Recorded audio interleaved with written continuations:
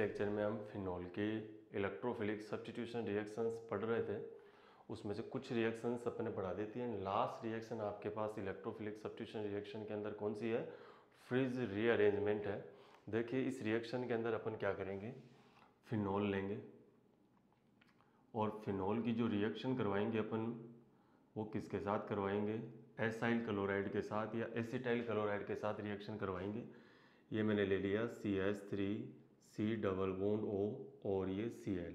ये क्या है आपके पास? Acetyl chloride. क्या है? Acetyl chloride. और प्रेजेंस फर्स्ट स्टेप के अंदर किसी की भी नहीं रखी गई है। इस रिएक्शन को मैं दूसरी रिएक्शन के साथ कंपेयर करना चाहूँगा ताकि आप जो डिफरेंस है उसको समझ सकें। देखिए यदि मेरे पास फिनोल है, क्लियर, यदि मेरे पास क्या है? फिनोल है और फिनोल की रिएक्शन करवाई मैंने किसके साथ? CH3 double bond OCl in presence of AlCl3। ये क्या है आपके पास? Lewis acid. क्लियर? तो देखो ये लेविस एसिड इसके साथ मिल करके यदि कैटलिस्ट प्रेजेंस रहेगी यहाँ पे तो क्या होगा? ये Cl यहाँ से डिपार्चर हो जाएगा और आपके पास क्या बनेगा? CH3 डबल बॉन्ड O, ये कार्बोकेटाइन बनेगा। सॉरी कार्बोकेटाइन क्या? यहाँ पर आपके पास एसिटाइल केटाइन बनेगा जो किसका काम करेगा? इलेक्ट्रोफाइल का काम करेगा। अब फिनोल है तो फिनोल की आर्थो पोजीशन पे और पेरा पोजीशन पे क्या रहता है? नेगेटिव चार्ज रहता है, इसलिए कौन सी रिएक्शन हो जाएगी? इलेक्ट्रोफिलिक सब्स्टिट्यूशन रिएक्शन हो जाएगी। क्लियर? यानी कि यहाँ पर जो फर्स्ट प्रोसेस थी वो due to the presence of AlCl3, due to the presence of AlCl3 यहाँ से इसका क्या हो गया? आयनाइजेशन हो गया, जिससे ये क्या बन गया? आपके पास इलेक्ट्रोफाइल बन गया। आप ऊपर वाली रिएक्शन के अंदर देख सकते हो, ऊपर वाली रिएक्शन में आपके पास क्या नहीं है? AlCl3 नहीं है। इसका मतलब ये हो गया कि एसिटाइल क्लोराइड का आयनाइजेशन नहीं होगा और आपको क्या नहीं मिलेगा? इलेक्ट्रोफाइल नहीं मिलेगा। यानी कि अब यहाँ से केवल एक Cl को बाहर जाना है और फिनोल से किसको बाहर जाना है? सिर्फ एक H को बाहर जाना है। क्लियर? तो यहाँ पे देखिए बेंजीन के पास भी क्या है? हाइड्रोजन अवेलेबल है और ऑक्सीजन के पास भी क्या है? हाइड्रोजन अवेलेबल है। क्लियर? तो यहाँ पे तो क्या था? ये इलेक्ट्रोफाइल बनने की वजह से यहाँ जो रिएक्शन हो गई वो कौन सी हो गई? इलेक्ट्रोफिलिक सब्स्टिट्यूशन रिएक्शन हो गई। लेकिन यहाँ इलेक्ट्रोफाइल नहीं बन रहा है, यहाँ से केवल एक H का डिपार्चर होगा फिनोल से। अब आपके पास चॉइस है कि या तो फिनोल के ऑक्सीजन के साथ अटैच हाइड्रोजन बाहर निकले या फिर बेंजीन के साथ जो हाइड्रोजन अटैच है वो बाहर निकले। तो देखिए बेंजीन के जो हाइड्रोजन है वो तो sp2 कार्बन से अटैच है, या मैं ऐसा कह सकता हूँ कि sp2 एटम से अटैच है। दूसरी बात ऑक्सीजन की बात करें तो ऑक्सीजन है यहाँ पे वो कौन सा है? sp3 हाइब्रिडाइज है। ऑलमोस्ट अपन ये मान के चल रहे हैं। हम ये भी जानते हैं कि ये लोन पेयर ऑफ इलेक्ट्रॉन अंदर की तरफ आते हैं, इसका +m इफेक्ट लगता है और थोड़ा सा किसके अंदर ये माना जा सकता है कि पार्शियल डबल बॉन्ड हो सकता है। लेकिन ये तो कंप्लीट डबल बॉन्ड है कार्बन और इस कार्बन के बीच में। तो देखिए बात ऐसी है कि अब जिस H को बाहर निकलना है वो कौन सा H बाहर जाएगा, और ऐसे भी पता चल रहा है कि ऑक्सीजन है जो क्या है? मोर इलेक्ट्रोनेगेटिव एटम है। ये अपने इलेक्ट्रॉन्स को अपने इस ऑक्सीजन और हाइड्रोजन के इलेक्ट्रॉन्स को अपनी तरफ अट्रैक्ट करता है। हम ये भी जानते हैं जैसे ही ये H बाहर निकलता है तो क्या आ जाता है? ऑक्सीजन के ऊपर नेगेटिव चार्ज आ जाता है और वो स्टेबलाइज है। तो यहाँ ये बात क्लियर है कि हाइड्रोजन कहाँ से लिबरेट नहीं होगा? बेंजीन से लिबरेट नहीं होगा, क्योंकि वो तो sp2 एटम के साथ जुड़ा हुआ है। फिनोल के OH से H का डिपार्चर है वो ज़्यादा आसानी से होगा। तो देखिए अब यहाँ पे बाहर क्या निकलेगा? ये Cl और ये H बाहर निकलेगा। क्लियर? Cl और H बाहर निकलेगा तो आपके पास क्या बनेगा? ये बेंजीन, और बेंजीन के ऊपर देखो ऑक्सीजन तो था और ये C डबल बॉन्ड O और ये CH3, ये कंपाउंड बनेगा। जबकि आप नीचे वाली रिएक्शन के अंदर देख सकते हो इलेक्ट्रोफाइल जनरेट होने की वजह से यहाँ पर आपके पास क्या बना था? फिनोल और ये COCH3 और एक पेरा प्रोडक्ट बनता है इसके अंदर OH और ये COCH3। Is that clear? I think बात आपके समझ में आई होगी। AlCl3 लेविस एसिड प्रेजेंस होने की वजह से Cl बाहर निकला। तो फर्स्ट प्रोसेस इसके अंदर यही थी, जिससे एसाइल कैटाइन हुआ, रिएक्शन कौन सी हो गई, इलेक्ट्रोफिलिक सब्स्टिट्यूशन रिएक्शन हो गई। यहाँ पे क्या नहीं था, किसी लेविस एसिड की प्रेजेंस नहीं थी, तो इसका आयनाइजेशन नहीं होगा। अब सिर्फ Cl को बाहर निकलना है थ्रू द किसी एक हाइड्रोजन से। ये जो अंदर वाले हाइड्रोजन है ये क्या है, sp2 कार्बन के साथ अटैचर। फिनोल के बारे में अपन जानते हैं कि फिनोल जल्दी से जल्दी क्या अवेलेबल करा देगा, H अवेलेबल करा देगा, कि फिनोक्साइड आयन बनेगा वो रेजोनेंस के थ्रू क्या हो जाएगा, स्टेबलाइज जाएगा। तो H और Cl यहाँ से बाहर निकले और आपके पास वो कंपाउंड बन गया है। क्लियर। नेक्स्ट अपन बात करें आगे, आपके पास ये जो कंपाउंड बना है इस कंपाउंड का रीअरेंजमेंट होगा। इस कंपाउंड में इस ग्रुप का रीअरेंजमेंट हो जाएगा इन प्रेजेंस ऑफ AlCl3, और साथ में जो सॉल्वेंट है वो क्या है, नाइट्रोबेंजीन है। तो आपको एक तो क्या मिलेगा, आर्थो हाइड्रोक्सी एसीटोफिनोन एंड पेरा हाइड्रोक्सी एसीटोफिनोन। एक तो क्या मिला आपके पास, आर्थो हाइड्रोक्सी एसीटोफिनोन और पेरा हाइड्रोक्सी एसीटोफिनोन। बेंजीन पर यदि ये ग्रुप लगा हुआ है तो क्या है, ये एसीटोफिनोन है, और आपके पास ये OH है इसके ऊपर, तो क्या हो जाएगा, आर्थो हाइड्रोक्सी एसीटोफिनोन। तो ये था आपके पास क्या, फ्रिज रीअरेंजमेंट।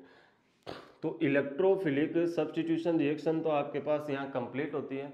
लास्ट यहाँ पर क्या है, एक रिडक्शन और दे रखा है कि फिनोल का क्या करवाया जाए, रिडक्शन करवाया जाए किसके साथ, निकल H2 के साथ।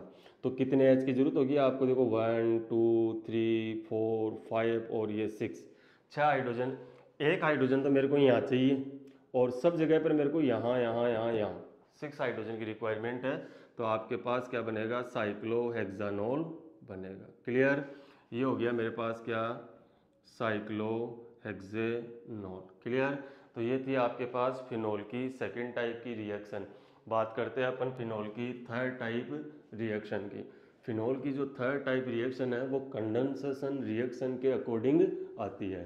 कंडेंसेशन रिएक्शन का मतलब है एक मॉलिक्यूल दूसरे मॉलिक्यूल के साथ ऐड होगा और उसमें से कुछ पार्टिकल स्मॉल मॉलिक्यूल क्या होंगे, बाहर निकलते हैं। क्लियर। नेक्स्ट बात करते हैं अपन फिनोल की कंडेंसेशन रिएक्शन की। कंडेंसेशन रिएक्शन की बात कर रहे हैं। देखिए फिनोल की जो कंडेंसेशन रिएक्शन है वो किस किस के साथ होगी, एसीटोन के साथ होगी। क्लियर। दूसरा थैलिक एनाइडाइड के साथ होगी। तीसरा आपके पास डाइजोनियम सोल्ट है उनके साथ है। और फोर्थ आपके पास एक इसकी लेडरमैन से रिएक्शन है। तो सबसे पहले बात करते हैं अपन किसके साथ, विद एसीटोन। विद एसीटोन, देखो एसीटोन हो गया आपके पास CH3 C डबल बॉन्ड हो, that is the acetone. Acetone के साथ रिएक्शन करवाई तो ये हो गया H, और ये हो गया आपके पास क्या, फिनोल। ठीक है, ये H और ये OH। अब देखिए यहाँ से क्या बाहर निकल जाएगा, H2O बाहर निकल जाएगा। यदि मैं बात करूँ तो देखो फिनोल की पैरा पोजीशन पे क्या रहता है, नेगेटिव चार्ज रहता है। तो एक तरह से मैं ऐसा कर सकता हूँ कि कार्बोनाइल कंपाउंड पर कौन सी रिएक्शन हो रही है, न्यूक्लियोफिलिक एडिशन रिएक्शन ही हो रही है। कार्बोनाइल कंपाउंड पर किसकी रिएक्शन हो रही है, फिनोल की रिएक्शन हो रही है। तो और कार्बोनाइल कंपाउंड कौन सी रिएक्शन देते हैं, वैसे भी न्यूक्लियोफिलिक एडिशन रिएक्शन देते हैं। तो यहाँ से H2O बाहर निकल जाएगा और आपके पास क्या बनेगा, CH3 C, और यहाँ पर आपके पास ये फिनोल, और आपके पास यहाँ पे ये फिनोल। तो इसका नाम क्या है, बिस फिनोल A। क्लियर। इस कंपाउंड का जो केमिकल नेम है वो क्या है, बिसफिनोल A है। H2O यहाँ से क्या हो जाएगा, लिबरेट हो जाएगा। ये लीजिए H2। क्लियर।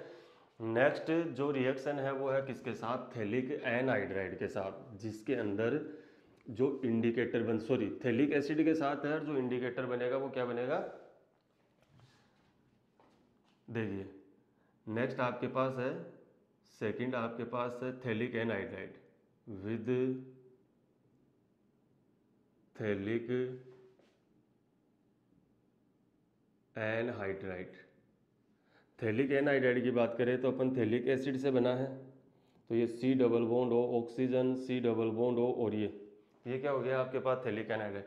आप देख सकते हो भले ही स्केलेटन चेंज हो गया हो लेकिन रिएक्शन तो अब भी किसके साथ है, जो आपने पहले पढ़ी थी एसीटोन के साथ सी डबल बॉन्ड ओ था, उसमें भी इसमें भी क्या है, सी डबल बॉन्ड ओ। तो आपके पास क्या बनेगा, ये हो गया आपके पास फिनोल और ये भी हो गया आपके पास क्या, फिनोल। और आप जानते हो फिनोल की आर्थ और पैरा पोजीशन पे क्या रहेगा, नेगेटिव चार्ज रहेगा। आर्थ पोजीशन से रिएक्शन हो नहीं सकती, क्यों, इसका साइज है वो बड़ा है तो स्टेरिक हिंड्रेंस की प्रॉब्लम आएगी। तो यहाँ से क्या बाहर निकलेगा, H2O। ये जो कंपाउंड है इसका नेम क्या है, थैलिक एनहाइड्राइड। क्लियर। इन दोनों की रिएक्शन से बाहर क्या निकला, -H2O।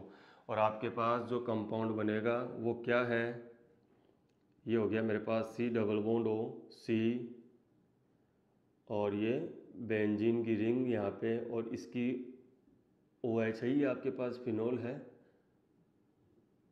और ये फिनोल और ये कंपाउंड ये बना है। ये क्या है आपके पास, एक इंडिकेटर है, और इसका जो नेम है वो क्या है, थैलिक, सॉरी फिनोप्थेलिन नेम है इसका, क्या नेम है, फिनोप्थेलिन। क्लियर। तो ये एक इंडिकेटर है, और फिनोल का एक एप्लीकेशन भी है कि आप फिनोल से क्या बना सकते हो, फिनोप्थेलिन बना सकते हो। क्लियर। थर्ड जो रिएक्शन इसके साथ है वो है आपके पास कपलिंग रिएक्शन, जो किसके साथ होगी, डाई एजोनियम सोल्ट के साथ होगी। क्लियर। देखिए ये तो ले लिया मैंने क्या, फिनोल, और फिनोल की रिएक्शन किसके साथ करवाएंगे अपन, X-N2 के ऊपर प्लस चार्ज, और ये हो गया आपका क्या, डाई एजोनियम सोल्ट। क्या नेम है इसका, डाई एजोनियम सोल्ट। फिनोल की रिएक्शन यदि किसके साथ कराई जाए, डाई एजोनियम सोल्ट के साथ करवाई जाए, तो देखो ये इलेक्ट्रोफाइल है, क्या है, इलेक्ट्रोफाइल। और फिनोल के रेस्पेक्ट में मैं बात करूँ तो ये कौन सी रिएक्शन है, एक इलेक्ट्रोफिलिक सब्स्टिट्यूशन रिएक्शन ही है। फिनोल की पैरा पोजीशन से क्या बाहर चला जाएगा, एक H, और इसकी N2 के पास एक X- लगा हुआ था वो बाहर चला जाएगा। तो आपके पास क्या बना, ये -HX और OH, और ये N डबल बॉन्ड O, और ये आपके पास डाई एजो ग्रुप अटैच हो गया। देखो ये क्या है आपके पास, एजोबेंजीन, और इस एजोबेंजीन की पैरा पोजीशन पे क्या लगा हुआ है, OH। तो मैं क्या कहूँगा, para hydroxy azobenzene, para hydroxy azobenzene, ये कंपाउंड आपके पास बना है। और जो लास्ट रिएक्शन है फिनोल की वो है लेड्रर मेंसे रिएक्शन।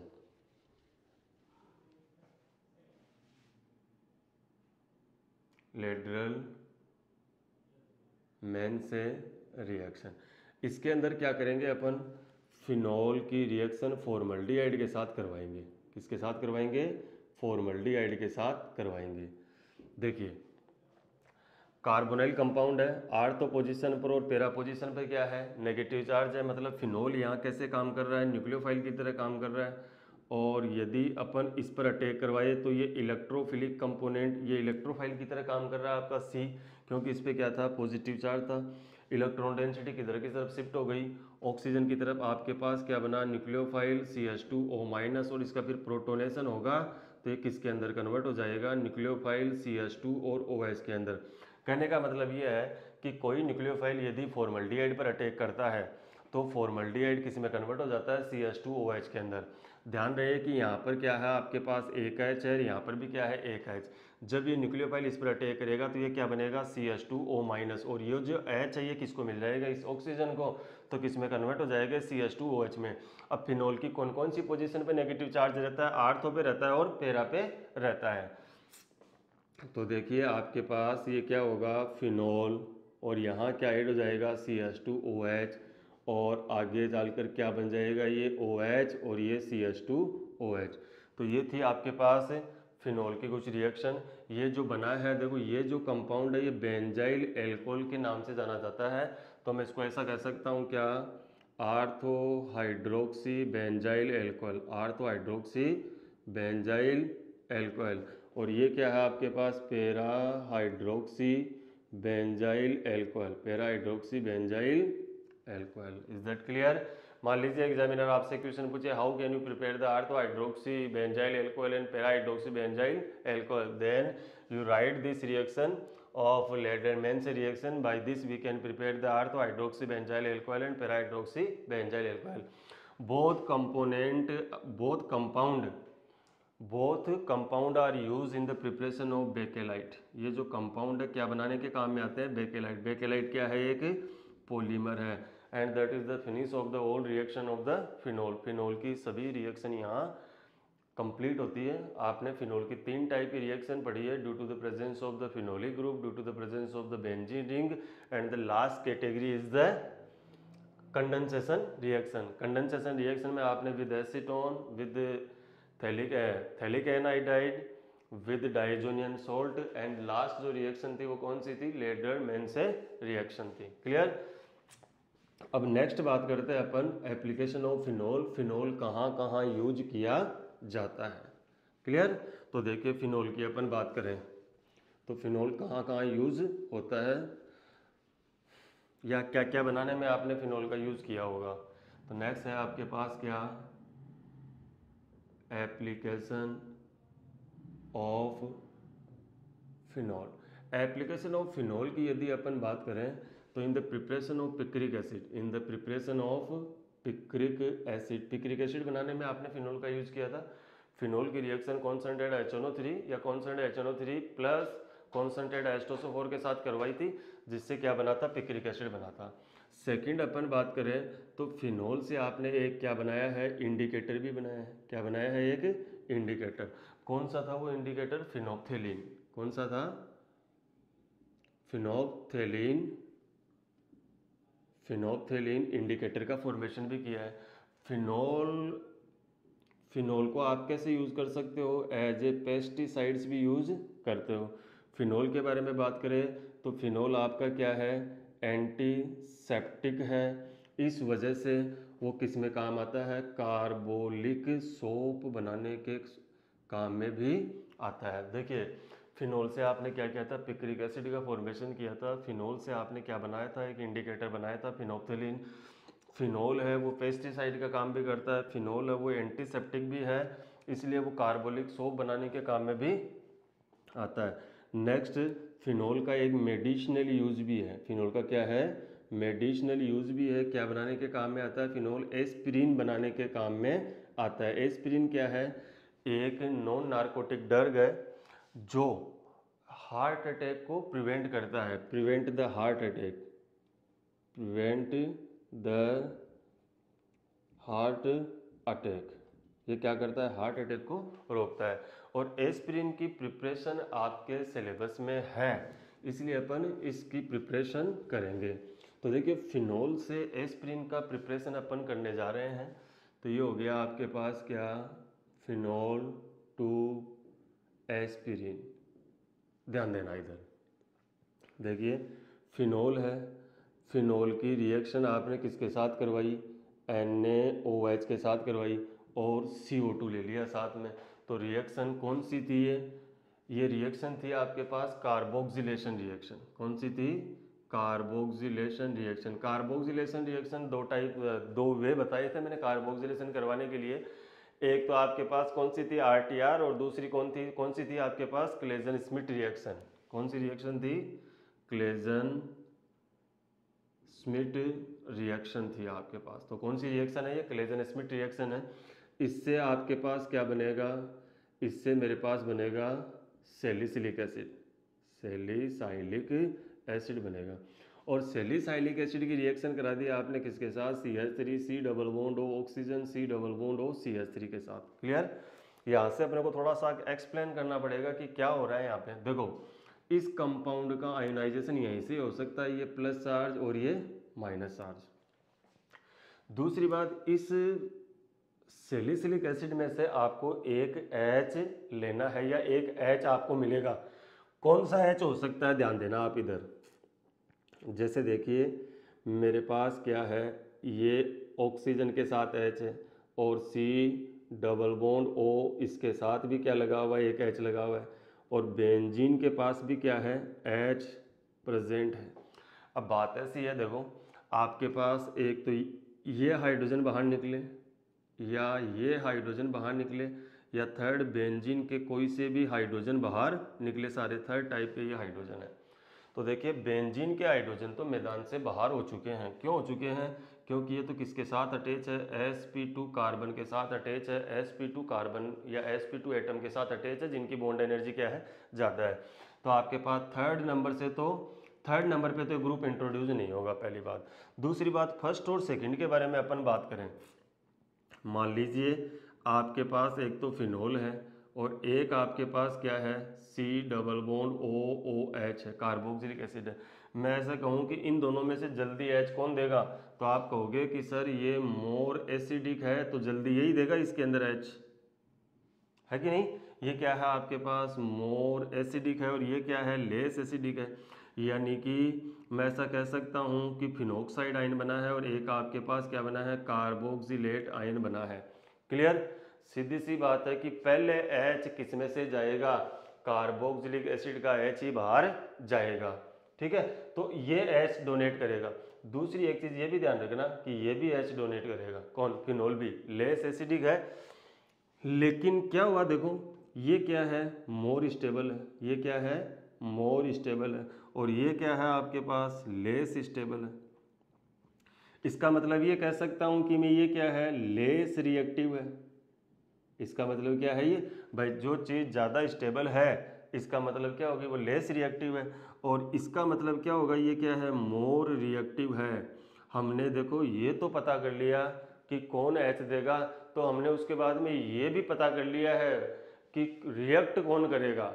देखिए आपके पास यहाँ कहते हैं 3 टाइप के हाइड्रोजन थे। हम ये चाह रहे हैं, हम ये पहचानना चाह रहे हैं कि ये जो ग्रुप है ना, वो ऑक्सीजन के साथ आकर के अटैच होगा या इस COO के साथ अटैच होगा या बेंजीन के किसी एक हाइड्रोजन से अटैच होगा।